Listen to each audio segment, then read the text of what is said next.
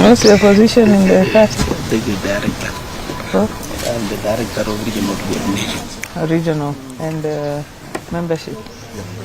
Yeah.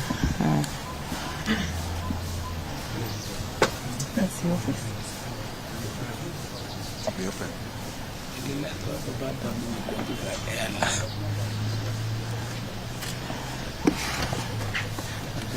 We are ready?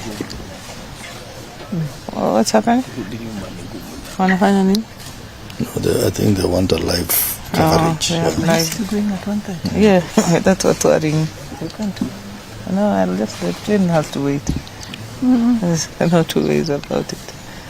I will just run. Luckily, you just run straight to the plane. You know, there's no... Yeah. Yeah. You're ready? Thank you very much. Ladies and gentlemen of the press, we are here with our deputy party leader, Senator Godfrey Osotsi, who's also Senator for Vihiga, our Secretary for Parliamentary Affairs, Political Affairs, Secretary for Political Affairs, and also MP for Kisumu West, Rosa Buyu. We are here with the MP for Wajir County, Fatuma Jeho. We have our Director for Legal here at Orange House, Tony Motori, and our Deputy Director for Regional Affairs is also here, and our Director for Membership. And myself, Gladys Wanga, the National Chairman of ODM. So we're going to issue a statement of the position of ODM in Azimio la Umoja One Kenya Coalition and National Leadership. We are here as a party to express serious misgivings about utterances by some of our partners in the Azimio la Umoja One Kenya Coalition Party who have attempted to question the place of ODM and its commitment to playing its role as an opposition party. We would not take seriously such utterances were they not directed, as they are now, at the party leader of the ODM party, the Right Honorable Raila Amolo Odinga, who is also the leader of Azimio. Someone in Azimio is trying to question Raila Odinga's commitment to holding the government to account. The basis of the doubt is the fact that some 5 of our former officials joined the Kenya Kwanza administration to help steady the nation. We wish to restate that the fact remains what our party leader, Right Honorable Raila Odinga, has said before. There is no agreement between ODM and Kenya Kwanza that makes the two joint partners in government. We have no coalition agreement with the Kenya Kwanza government as ODM. In response to a national emergency and the need to steady the nation, ODM agreed to release in their individual capacities the members who have been tapped by the president. These are former deputy party leaders Ali Hassan Joho, Wycliffe Oparanya, the former national chairman John Badi, and the former secretary for political affairs Honorable James Opio Wandai, and former member of the National Elections Coordinating Committee Ms. Beatrice Askul. The party leader has explained, and we reiterate, that these members have not joined the government as representatives of the party, but as individuals whom the president felt have the capacity to add value to his administration and help the country achieve the desired goals. No Sen leader or political party should celebrate the collapse of the nation. Consequently, when the president tapped on these members, the party responded to the distress call of the nation and released them to serve the people of Kenya. As a party, however, ODM will continue to play its minority role alongside other parties to push for accountability, transparency, equity, and delivery of services to the people in a cost-effective manner. Having said that, let us make a few things clear. As a party, we will not agree to engage with anyone acting in bad faith and with ulterior motives.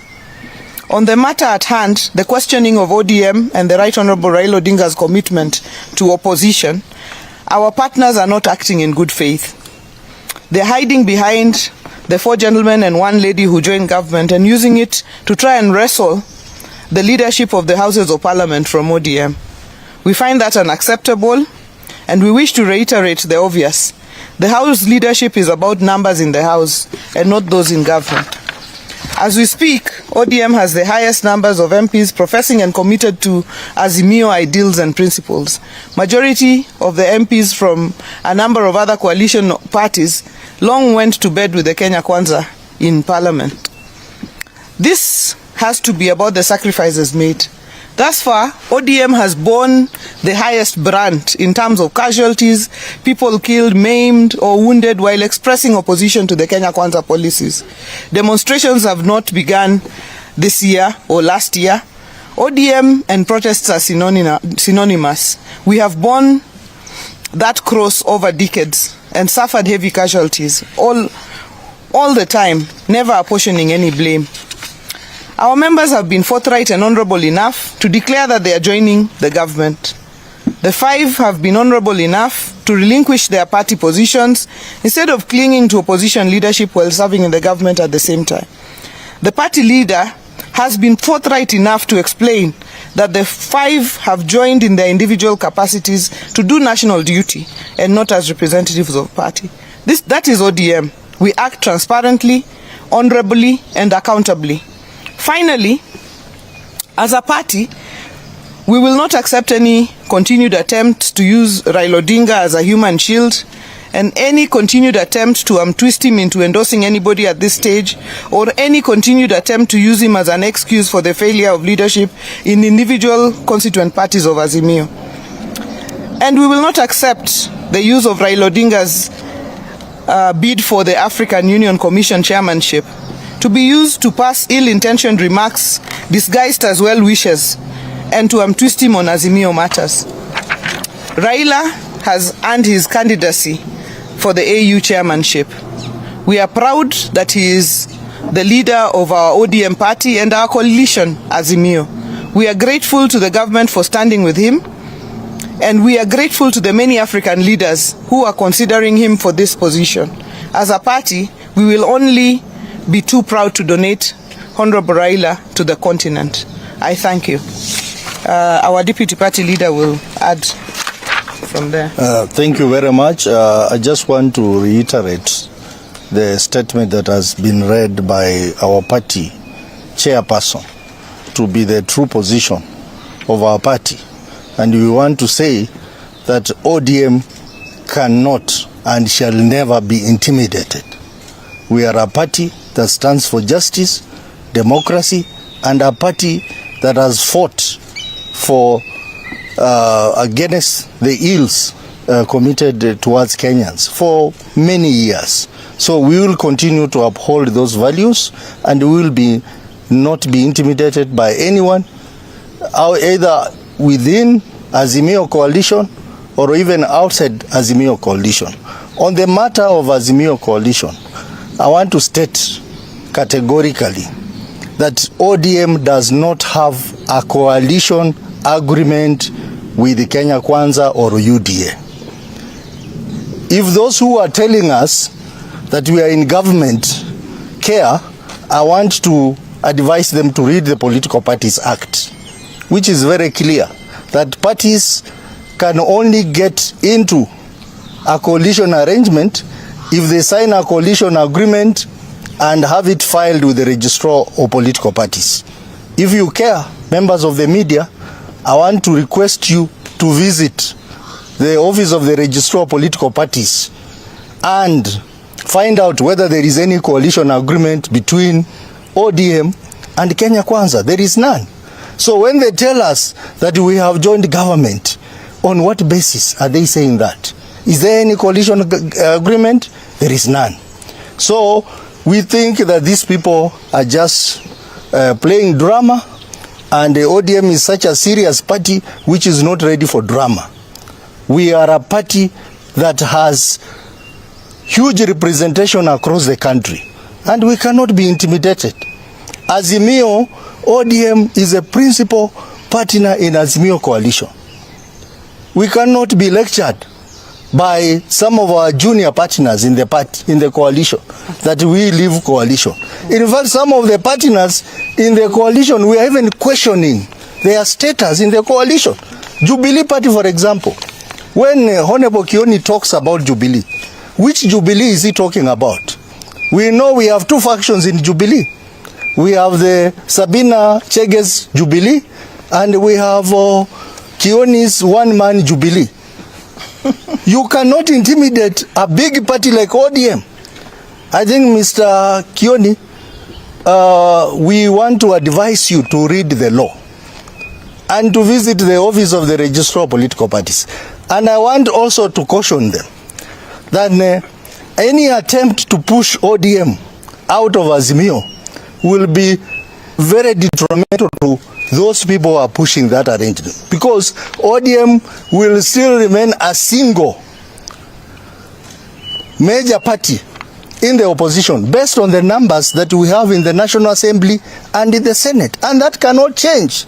In fact, I'm also inviting them to read the standing orders of National Assembly and the Senate, and they will discover that maybe only Wiper is the only parliamentary party in the National Assembly, but the rest have no status.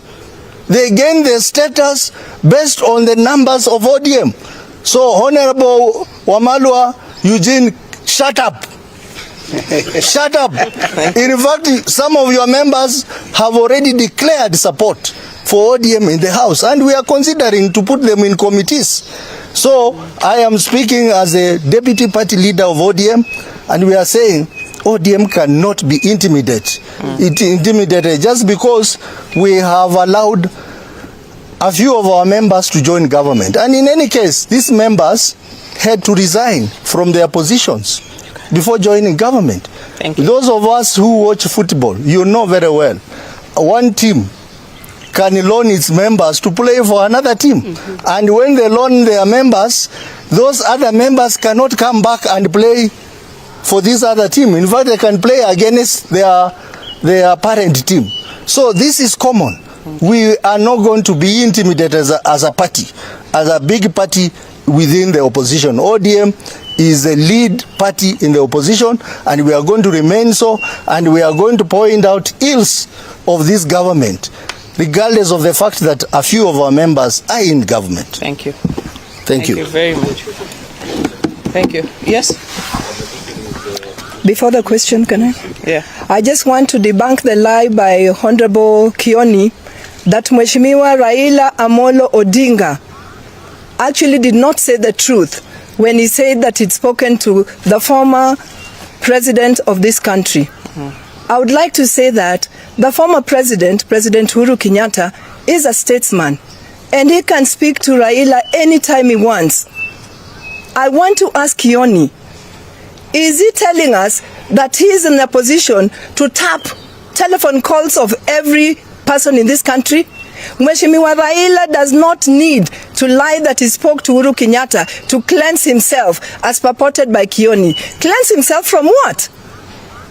All Mheshimiwa Raila did was allowed his four members of his party to actually serve in the government at a time when Kenya really needed to show that there was unity in this country, and Kenya really needed to show that we were moving together. What, therefore, does he need to lie and cleanse himself from? Mheshimiwa Raila does not need to lie and to tell anybody that he spoke to Uhuru Kenyatta. Uhuru Kenyatta is a former president and just a citizen of this country. How would he help Raila cleanse himself? How? Thank you. Very well. Thank you very much.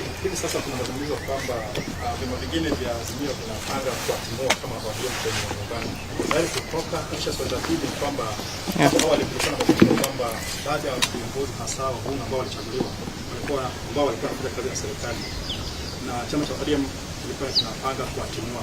Bado kama huo huko kutimua wale viongozi ambao walikuwa mwanzo kufanya kazi ya serikali.